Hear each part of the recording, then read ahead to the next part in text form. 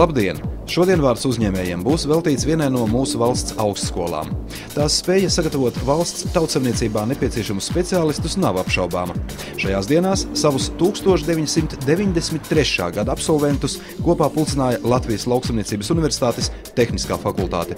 Pasākumā tika prezentēta un absolventiem dāvāta par šo kursu uzrakstītā grāmata. Izdevuma sastādītājs, fakultātes dekāns profesors Kaspars Vārtukapteinis atzīmē, ka 1993. gada absolventu kurss bija īpašs ar to, ka bija viens no lielākajiem. Šajā gadā fakultāti beidza 163 pamatstudiju studenti. Viņus raksturoja gan labi sasniegumi studijās, gan vēlāk arī profesionālajā karjerā. Pirms 20 gadiem fakultāte absolvēja divas studiju programmas, kas bija lauksaimniecības mehanizācija un autotransporta programmā. Un šodien tiešām vairāk kā puse no tā gada absolventiem šodien piedalījās arī salidojumā un dalījās savos iespaidos gan par studiju laiku, gan arī par darba dzīvi pēc studiju laika. Tajā laikā šis kurs komplektējās no vairākiem reflektantu gadiem, sākot 86., 87., 8. un tajā skaitā arī 1989. gadā eksperimenta kārtā tika uzņemti tehnikumu labākie absolventi, kuri tika ieskaitīti uzreiz 2. kursā. Šodien pārunājot ar šiem absolventiem, redzam, ka tās darbības jomas, kurās viņi darbojās, ir arī ārkārtīgi plašas. Sākot ar mūsu pašu fakultātes profesoru, kurš bija viens no jaunākajiem profesoriem pie mums universitāte un fakultātē, gan dažādās tehnikas firmās, gan arī praktiskajā lauksaimniecībā darbojās. Arī attiecībā uz Jelgavu varam minēt, ka gan Jelgavas tipogrāfijas vadītājs, gan Jelgavas ceļu policijas priekšnieks, gan Jelgavas pašvaldības policijas priekšnieks ir arī šā kursa absolventi. Un, protams, es varētu skaitīt vēl. Visi salidojuma dalībnieki, ar ko mēs runājām, atzina, ka pārmaiņas, kas ir notikušas mācību iestādē, viņus ļoti patīkami pārsteidz. Taču tajā pašā laikā ir lietas, kas mainījušās nav. Un šajā gadījumā tas varbūt nemaz nav slikti. Šobrīd ir daudzas lietas, kas nākušas klāt. Mums arī rādīja iekārtas, kas maksā vairākus 10 000, kas ir ļoti modernas un mazas. Mūsu laikos iekārtas parasti bija lielas, apjomīgas, tādas masīvas. Tagad viss ir gājis uz mazo pusi un ir datorizēts. Mūsu laikos bija vairāk tādas smagākas tehnikas. Kaut gan no otras puses arī šeit šodien varam redzēt mūsu laika traktori, kas mūsu laikā jau stāvēja noteikti. Tas viss ir arī saglabājies. Tā kā šobrīd tāda interesanta situācija vērojot. Daļa tehnikas un to aprīkojumi ir no mūsu laikiem, kas vēl saglabājušies, un daļa ir jaunie. Ka patiesībā tā vecā tehnika vairāk nozīmē to, ka tie pamati jau nemainās tā lauksaimniecības mehanizācijā un arī tehnikā tās tādas fundamentālas lietas. Nāk klāt tikai jauns, nāk klāt modernāks, bet pamats paliek tas pats vecais. To arī ļoti labi redzēt fakultātes laboratorijās. Pasniedzēji nav mainījušies pēc skata, kādi viņas atceros toreiz, tādi viņi palikuši tagad.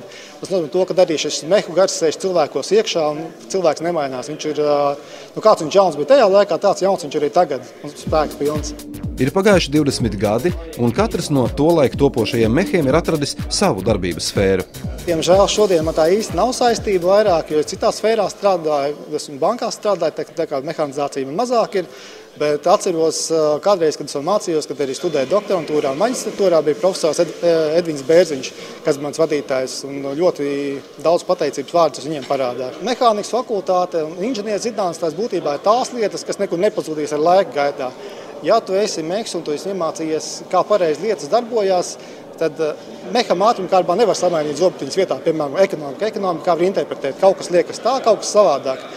Mehiem, inženieriem tā, ja kaut kas ir ielikts iekšā, viņš ir īstajā vietā, viņš strādā, ja viņš nav īstajā vietā, nestrādā.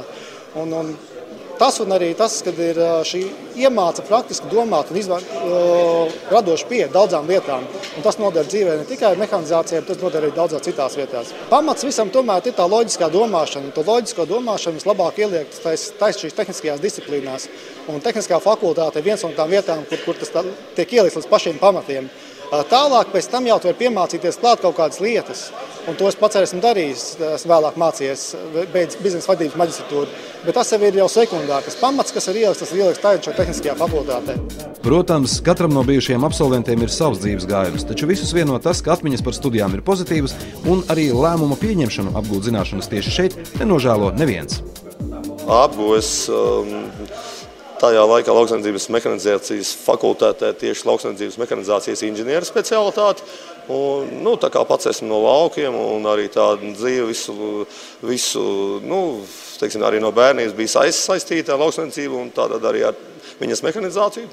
Šis bija praktiski vienīgais ceļš, uz ko es arī gāju. Es strādāju John Deere lauksaimniecības tehnikas oficiālā dīlera firmā Dojus Latvija, kā vecākais mekāniķis Latgales reģionā. Darbs ikdienā saistīts tieši ar lauksaimniecības tehnikas apkalpošanu, diagnostiku, remontu. Es vēlētos atzīmēt, ka fakultātes vadība ļoti veiksmīgi apgūs Eiropas Savienības projektus, piesaistot līdzekļus, lai modernizētu šo tehnisko bāzi, kas dod iespēju jaunajiem topošiem speciālistiem pamatīgāk izprast tehniskās disciplīnas un apgūt zināšanas, kuras viņi varēs sekmīgi pielietot pēc tam praksē savā reālajā darbā. Protams, studiju laikā katram no studentiem ir bijušas savas autoritātes un savi mīļākie skolotāji. Neapšaubāmi, kad dekāns Vārtu kapteiņa kungs ir vienmēr bijusi liela autoritāte. Ja? Kad es mācījos 89. gada pēc atgriešanās no flotes, mums prodekāns bija Kārlis Počs. Viņš priekš maniem arī bija ļoti tāda liela autoritāte. It sevišķi jautājumos ar laboratorijas darbiem. Mums bija ļoti daudz laboratorijas darbi, un tad šis laboratorijas darba aizstāvēšanas pats princips bija uz 3 jautājumiem. Ja, kurš uzvar? Vai uzvar, pasniedzējs, vai uzvar students? 3 jautājumi. Pirmais jautājums atbilde nepareiza 1-0 Poča labā. Ja? Kurš vinnē? Ja? Kurš pirmais savāc 2 punktus? Jūs savācāt 2 punktus, vai ne? Jūs esat nolicis šo laboratorijas darbu.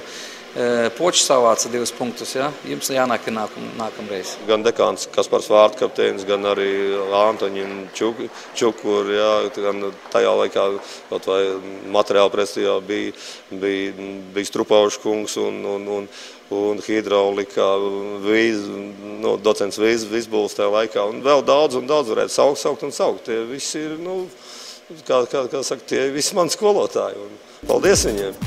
Nav nekāds brīnums, ka tieši 1993. gadā viens no šīs fakultātes beidzējiem kļuva arī par šīs fakultātes tagadējo profesoru.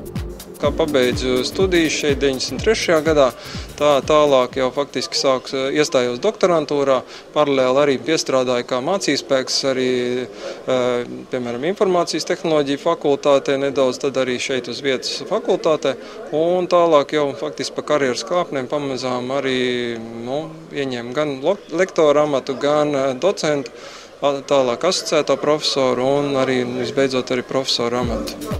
Protams, mācību spēkam par pārmaiņām mācību procesā, kas notikušas pēdējos 20 gados, ir savs viedoklis. Šīs izmaiņas, kā saprotat, tas notiek tomēr diezgan ilgā laikā. Jā, tas nenotiek 1-2 gados.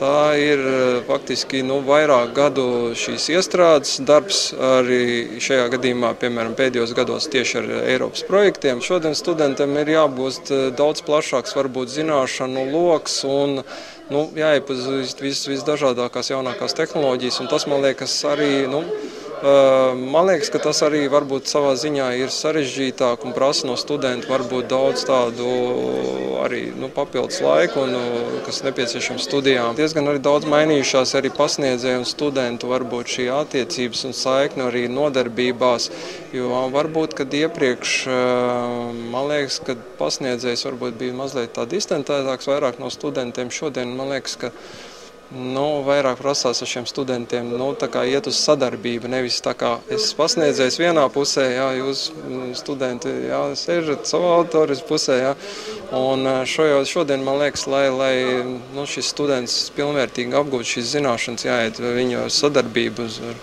savstarpēju dialogu, un tad šīs zināšanas vislabāk, man liekas, var pārnest un nodot.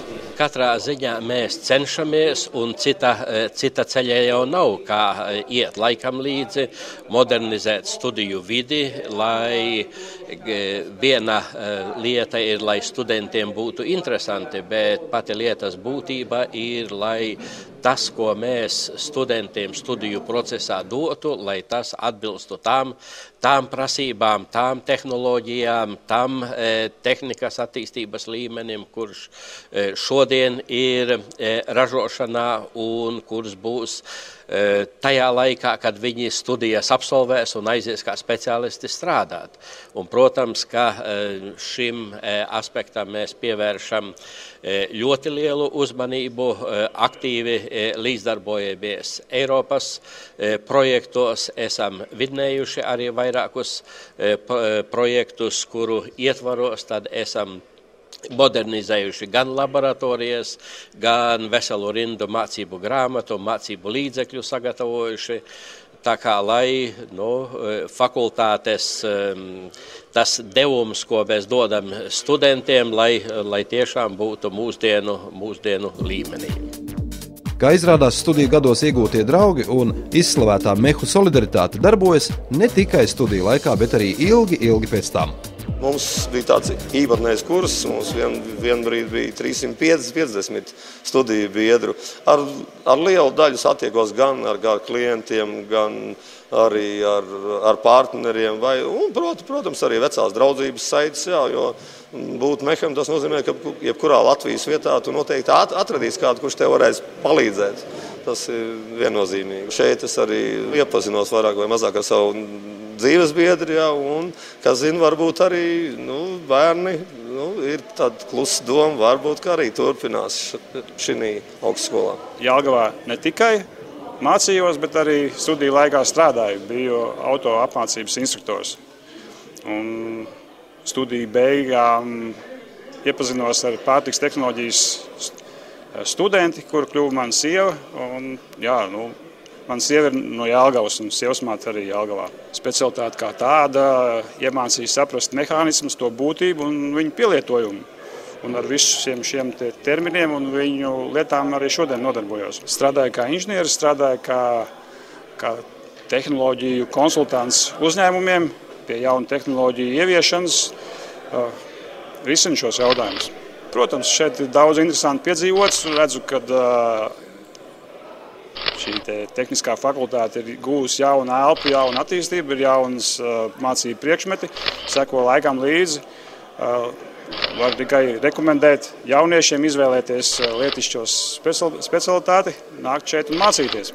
Nenoliedzami, kad pasniedzēji iedeva mums pirmkārt motivāciju, bāzes izpratni par procesiem, vēlmi atrast informāciju strukturētā veidā, tad, kad viņa ir nepieciešama, nevis tikai iemācīties kaut ko no galvas. Es domāju, lielākais sasniegums ir tas, ka šeit iedeva strukturēti pamatus tam, kurā un kādā veidā informācija ir saņemama, kur viņa ir atrodama un kā viņa ir pareizi pielietojama.